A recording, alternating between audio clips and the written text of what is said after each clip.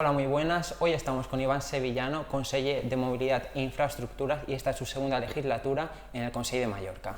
Muchas gracias ante todo por esta entrevista, Iván. Gracias a vosotros, un placer. Eres de Cantabria, has estudiado en Salamanca, has estado en Madrid, en Canadá.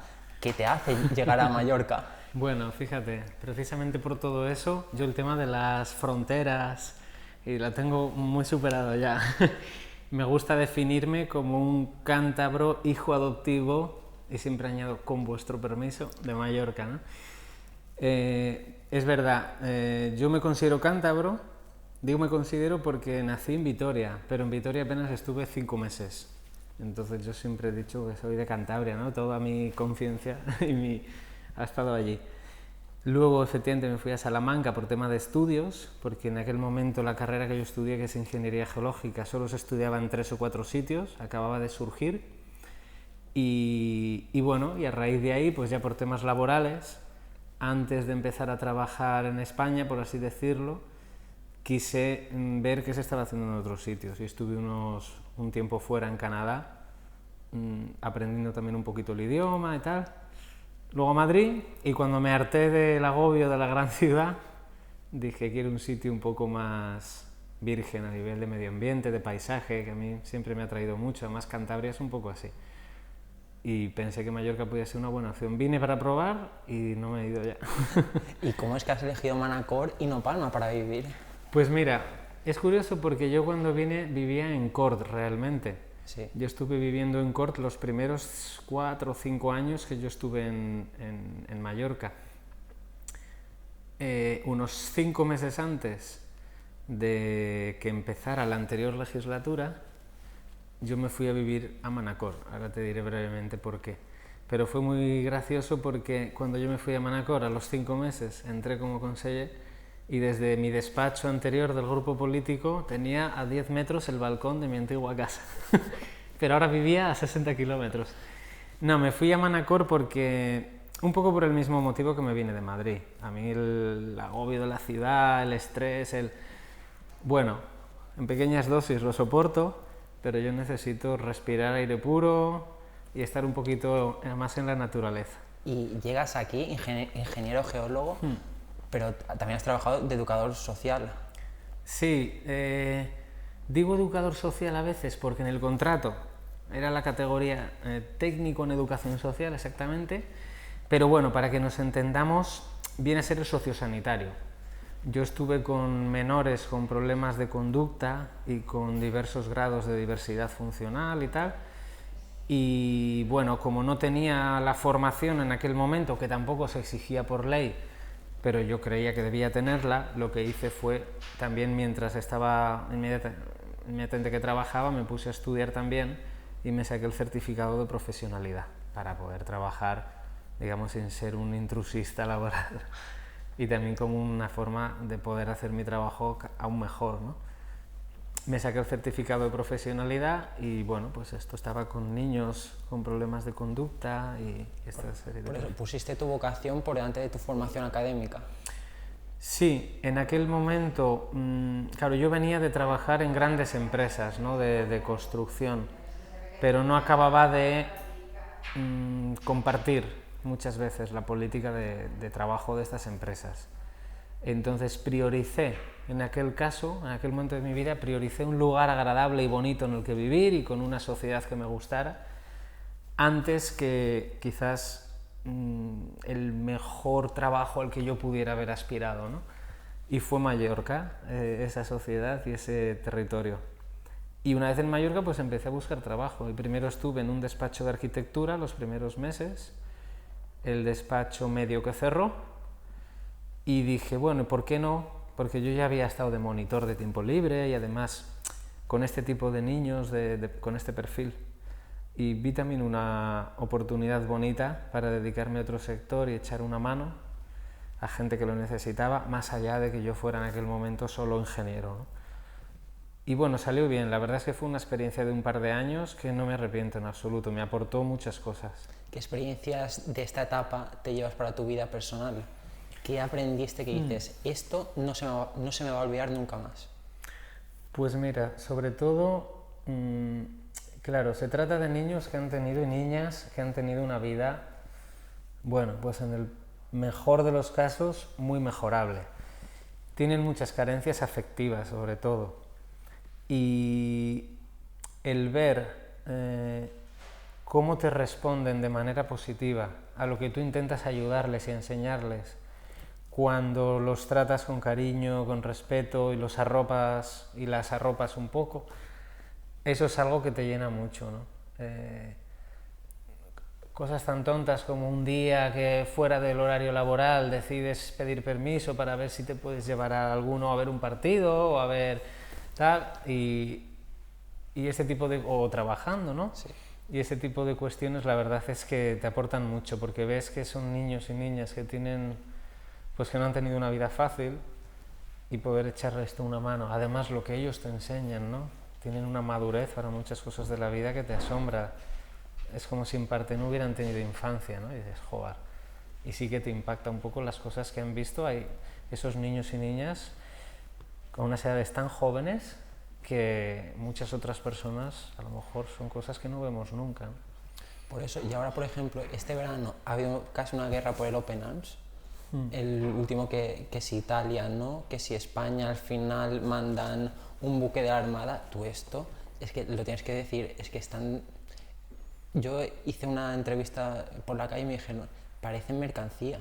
Yo no sé qué sensación tuviste tú, qué pensabas de esto, de que estaban a 200 metros de Lampedusa, España tampoco parecía que hacía mucho. Se crea un absurdo con todo esto, y el problema es cuando se empieza a hacer política con el tema de la migración. Yo creo que no tendría que hacerse política con esa cuestión. Se nos olvida muchas veces de dónde venimos, y mismamente muchos españoles y muchos mallorquines y mallorquinas han tenido que emigrar históricamente, y precisamente si España debería poder dar lecciones de algo es de migración, en tanto que por su situación geográfica a lo largo de toda la historia, yo no sé si habrá una cultura que haya recibido más influjo de otras culturas como lo ha recibido España. Entonces tendríamos que ser punteros y garantes de las políticas en migración. Y yo creo que desgraciadamente hay algunos partidos en este país que deciden hacer campaña electoral con estas cuestiones. Esta semana han vuelto a llegar más pateras, creo que son 350 inmigrantes en total de lo que va de año que han llegado en patera a Baleares, y hay políticos que dicen son demasiados. Y tú lo comparas y dices, son demasiados 350, pero cada Airbus que te llega de turistas, claro, son 350. No puedes mantener a 350 inmigrantes que se han jugado la vida y algunos no han llegado, y sí que abrazas cada Airbus que te llega de Berlín o de Londres. Sí, desde luego. Para mí al final no es un tema... Muchas veces yo creo que se confunde no es exactamente lo mismo, pero somos una sociedad clasista, o en gran parte tenemos una sociedad clasista. Y hay muchos otros ejemplos, ¿no? Yo he visto gente que aparentemente podía resultar xenófoba y luego resulta que si esa persona es multimillonaria, ahí no me molesta, ¿no? Claro, entonces vivimos en una sociedad capitalista que en muchas cuestiones se nos va de las manos, o se nos ha ido de las manos, y creo que tiene más que ver con eso. ¿Por qué el turista no molesta tanto o no genera ese debate? Bueno, pues porque trae dinero, trae riqueza, se fomenta empleo, y es verdad que en Mallorca muchas familias viven de eso. Entonces, lejos de molestar, mucha gente lo necesita, ¿no? Luego estaría el debate de la masificación turística y tal, que creo que también hay que tener una cierta cabeza con eso. Pero, claro, cuando en cambio lo que está viniendo es cuando viene gente que de entrada no va a aportar un rendimiento económico inmediato, pues esto sí ya nos molesta. Porque siempre planteamos las cosas desde un punto de vista capitalista, y yo creo que este es el error. Hay cuestiones en las que debe estar por encima los derechos humanos y la propia humanidad de cada uno de nosotros, que cómo puede revertir el hecho de que en el corto plazo esa persona esté aquí o no. Y también es cierto que tiene que haber un acuerdo europeo para que se asuma el problema de la inmigración, para que se aborde de manera colectiva, ¿no? Tampoco tendría sentido que uno o dos países tengan que asumir todo, ¿no? Hay que ordenarlo, pero bueno, como se hizo hace años, cuando los españoles y españolas migraban a Alemania, a buscarse la vida. Se hizo y no supuso un problema para aquellas sociedades, al contrario, muchos sectores productivos se revitalizaron. Y la gran mayoría de esas personas que emigraron en aquel momento luego volvieron a su tierra, porque al final uno es donde quiere estar, pero ya con unas condiciones de vida un poco más dignas, al final es eso. Y yo creo que fue una simbiosis positiva en aquel momento. ¿Por qué no somos capaces de hacer ahora lo mismo? No es tan difícil. Yo creo que no se hace pues porque algunos partidos deciden hacer una política muy sucia con esta cuestión y pierden un poco el objetivo de lo que tendríamos que estar haciendo.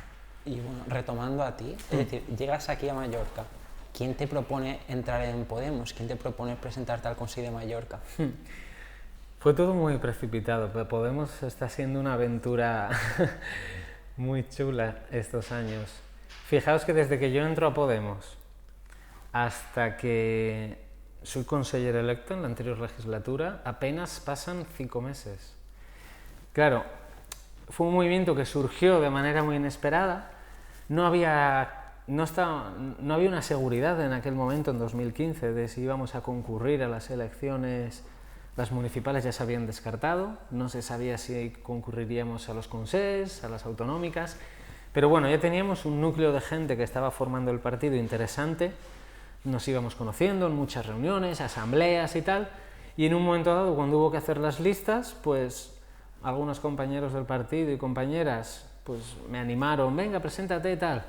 Bueno, y me presenté, y cuando tuvimos las primarias internas, pues resultó que quedé el quinto en la lista, justo sacamos 5 y entré. Pero digamos que fueron un poco más, obviamente me apetecía, si no, no me habría presentado, pero fue un poco el impulso de los compañeros y las compañeras que decidieron que yo podía ser un buen candidato, aunque fuera de quinto en aquel momento. Y bueno, las pasadas legislaturas fuiste de quinto, sí. Esta de cuarto y has entrado Eso porque es. Jesús Jurado iba primero y se ha ido al gobierno. ¿Qué rol has pasado? Es decir, ¿qué hacías en la primera? ¿Qué haces ahora? Ha cambiado bastante, claro, porque antes yo era conseller electo. Esto quiere decir que no tenía un área de gestión, un área ejecutiva como tal, tenía más un trabajo, para entendernos, como de parlamentario, ¿no? O de diputado en Mallorca, conseller, ¿no? Pero era un trabajo pues más de grupo político. En cambio ahora ese trabajo también está, pero ahora tengo una responsabilidad aún mayor, que es llevar el departamento, como bien has dicho, de movilidad de infraestructuras. Claro, hablamos de mucho presupuesto, de mucho personal, de políticas que pueden incidir mucho en la vida de la gente, y hay que procurar hacerlas muy bien, precisamente para que los pasos que se vayan dando mejore. Mi objetivo es terminar la legislatura al menos pudiendo irse con la satisfacción de decir, bueno, quizás no lo he podido arreglar todo, pero creo que dejo una isla a efectos de movilidad e infraestructuras desde un punto de vista medioambiental mejor de la que nos encontramos. Y es eso, tú llegas, creo que en julio entraste como consejero de movilidad e infraestructuras. Tú llegas aquí y te encuentras 2 frentes abiertos, que es el de las ITVs y el de la autopista Campos-Llum-Mayor. Sí. Entras y dices, ¿qué ha pasado? Es decir, no sé, hay mucho que hacer y muchas quejas. Sí, es verdad que entré de repente, teníamos un departamento del que no se hablaba tanto en la anterior legislatura. Sí se hablaba, pero quizás no tanto como ahora, o al menos no tanto en proporción. Y de repente hay un foco mediático muy constante, ¿no?, sobre el departamento. Bueno, yo creo, debería ser muy honesto, creo que hay algo también de aquello de que quizás da un poco de morbo mediático, no digo solo de medios de comunicación, quizás más desde la oposición o en general partes de la sociedad, de que Podemos esté gestionando un departamento con tanta responsabilidad. Quizás hay algo también de eso. Y luego es verdad que, claro, teníamos unas citas previas en la ITV hace un año que eran unas, y cuando hemos arrancado yo me he encontrado ya prácticamente una cita previa de 4 meses al entrar al departamento. Entiendo que eso genere, bueno, pues un pequeño movimiento social de qué está pasando aquí, ¿no? Y lo que estamos tratando es a estas 2 cuestiones, pues bueno, hacer políticas en torno a ellas con la mayor lógica posible, sabiendo que en 2 meses tampoco se resuelve ninguna cuestión, ¿no? Aquí en Baleares, PSOE y Podemos han entendido, en el Consejo de Mallorca también, en Palma también. ¿Por qué crees que en España no se han entendido PSOE y Podemos? ¿Por qué no se entienden? Nosotros hemos podido cometer algún error estratégico, quizás por un exceso de entender que cuando un partido se pasa una campaña política diciendo que va a gobernar contigo si los números dan, y los números daban porque los que faltaban ya habían expresado que los darían, otros partidos, pues tú te fías en parte, ¿no?, de que eso va a ser así. Sí. Y no te esperas luego ciertos movimientos que se dan que no acabas de entender. Pero para mí hubo un momento que no ha tenido quizás mucha relevancia, pero para mí es la clave de la respuesta a tu pregunta, que es, hubo un momento hace como un mes o dos que la vicepresidenta del gobierno en una entrevista le hicieron esta misma pregunta. Oiga, pero si están ustedes pactando las autonomías, ¿por qué no son capaces de hacerlo a nivel de Estado? Y fue muy clara. Y pasó un poco desapercibido aquello. Y dijo, claro, es que las competencias del Estado no son las mismas que las de la autonomía. ¿Qué está diciendo? Y además, quizás con un cierto desprecio las competencias de instituciones de rango inferior. Mira, que gobernemos con ellos en municipios o en autonomías, oiga, tanto nos da. Aquí donde se corta el bacalao de verdad, donde los poderes económicos presionan, donde los lobbies, donde el IBEX, donde en definitiva toda esta gente que está en la sombra tratando de dirigir un país, eso se decide en la política estatal, ¿no? O especialmente se decide allí. Y claro, ahí es donde les da miedo, ¿no? No. Aquí los únicos que podemos gestionar somos nosotros, ¿no? Y Podemos no tiene experiencia de gestión. ¿Qué experiencia de gestión tenía Pedro Sánchez cuando le hicimos presidente del gobierno? Ninguna. Yo a día de hoy tengo más experiencia de gestión de la que tenía Pedro Sánchez cuando fue presidente del gobierno, fíjate, ¿no? Entonces, a mí me da la sensación que si las competencias del Estado fueran otras y tuviéramos un Estado más descentralizado, a lo mejor no le hubiera importado tanto. Pero hay ciertas cuestiones de Estado que el PSOE y el PP han tenido una complicidad histórica de, entre comillas, repartírselo entre ellos y no asumen que tienen que dar entrada a otras opiniones, porque la sociedad se ha convertido en una sociedad plural. Hay ciertas cuotas de poder que bajo ningún concepto quieren soltar y creo que no están respondiendo a la voluntad mayoritaria de la gente. Y ahora, no tanto Iván Sevillano como conseller, sino Iván Sevillano, ¿qué te preocupa en un futuro para España, para ti y para Baleares? Bueno, a mí lo que más me preocupa es las desigualdades que yo sigo advirtiendo en nuestra sociedad. Y me preocupa especialmente la que se nos viene encima con el cambio climático. Hemos pedido hace poco que se declare emergencia climática en Mallorca. Los compañeros y compañeras del pacto lo comparten y lo vamos a llevar a pleno en breve. Por mi parte, quizás más científica, da la sensación que a veces cuando los científicos repiten que algo va a pasar durante 10 o 20 años, es como que llega un momento que a veces una cierta parte de la clase política y de la sociedad dejan de escuchar, ¿no? O dejan de creérselo, si es que alguna vez se lo creyeron. Quizás para cuando la conciencia social sea mayoritaria, no sé hasta qué punto sea demasiado tarde, ¿no? Yo me alegro al menos que la gente joven ahora sí que está cogiendo esa bandera y enarbolando el grito del clima, y eso es lo que a mí más me preocupa, porque de la mano del clima viene todo. La alimentación, el tipo de vida, naturaleza, territorio, todo está enlazado. Si nos cargamos el clima, nos vamos a cargar no solo el planeta, sino nuestra propia existencia tal como la conocemos ahora.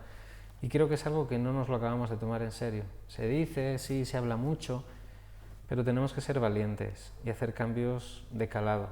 Mallorca en sí es una isla que ahora está casi por encima de sus posibilidades o por encima de sus posibilidades climáticas pero es que hay gente que a lo mejor que vive en la otra punta de Palma, que viene a trabajar aquí, que dice, yo quiero coger el tren o el autobús, pero es que no hay horas, o hay cada hora y media.